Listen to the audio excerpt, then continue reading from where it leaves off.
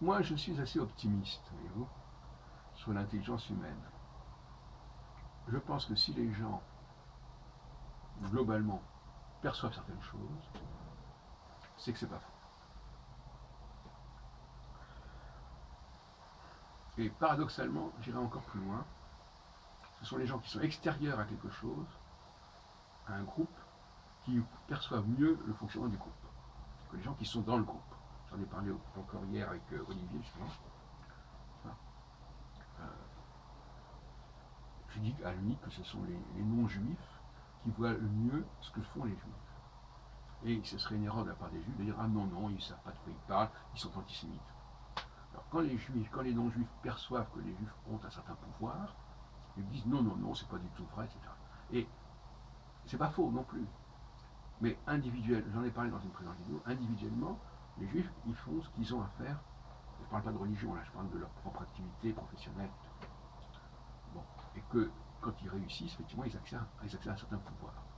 Maintenant, qu'ils soient mis d'accord entre eux pour dominer le monde, je ne pense pas. En revanche, dans les résultats, dans les faits, c'est peut-être un peu ce qui se passe. Donc, voyez-vous, il y a une question de point de vue. Quand je suis en train de faire quelque chose, je suis en train de consommer, j'achète quelque chose. J'achète quelque chose parce que c'est un truc qui m'intéresse. Maintenant, on peut regarder de l'extérieur et dire, tiens, voilà, il y a une telle quantité de consommateurs qui font ceci, qui font cela. Ou une telle quantité de gens qui ont vu ce film ou qui n'ont pas vu. Donc le regard, là, est différent. Et les deux discours arrivent parfois, n'arrivent pas à coïncider.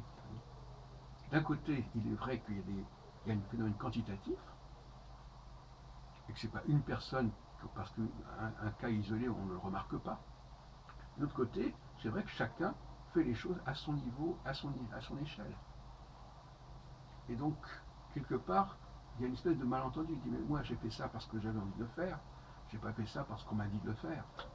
Mais en même temps, il y a un phénomène collectif. Donc, c'est ce que je dis quand je dis qu'il ne faut jamais nier les observations qui sont faites.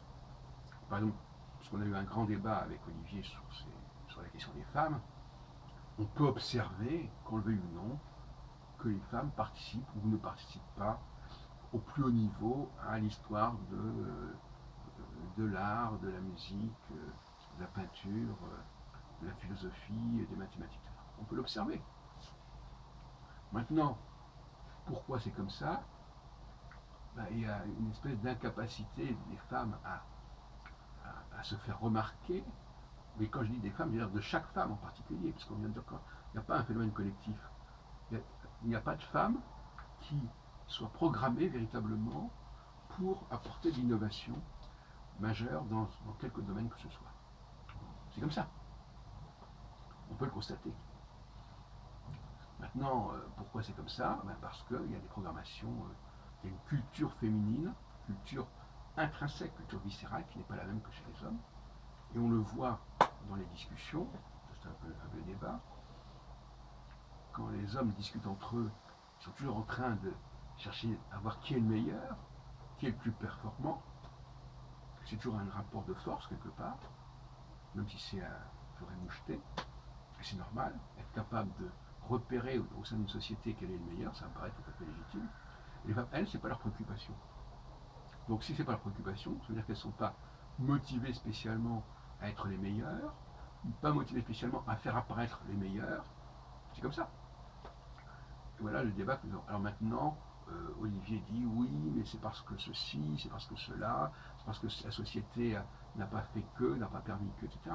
Oui, ça c'est un argument d'un type sociologique assez faible et qui ne remettent pas en question les observations que l'on peut faire.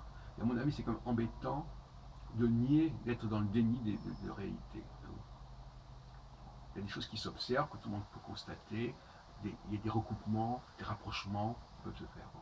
Si maintenant les gens ne veulent pas faire de rapprochement, recoupement, bon, ils s'interdisent à le faire, bon, ils ont des problèmes à ce niveau-là, idéologiques, qui les empêchent de percevoir la réalité.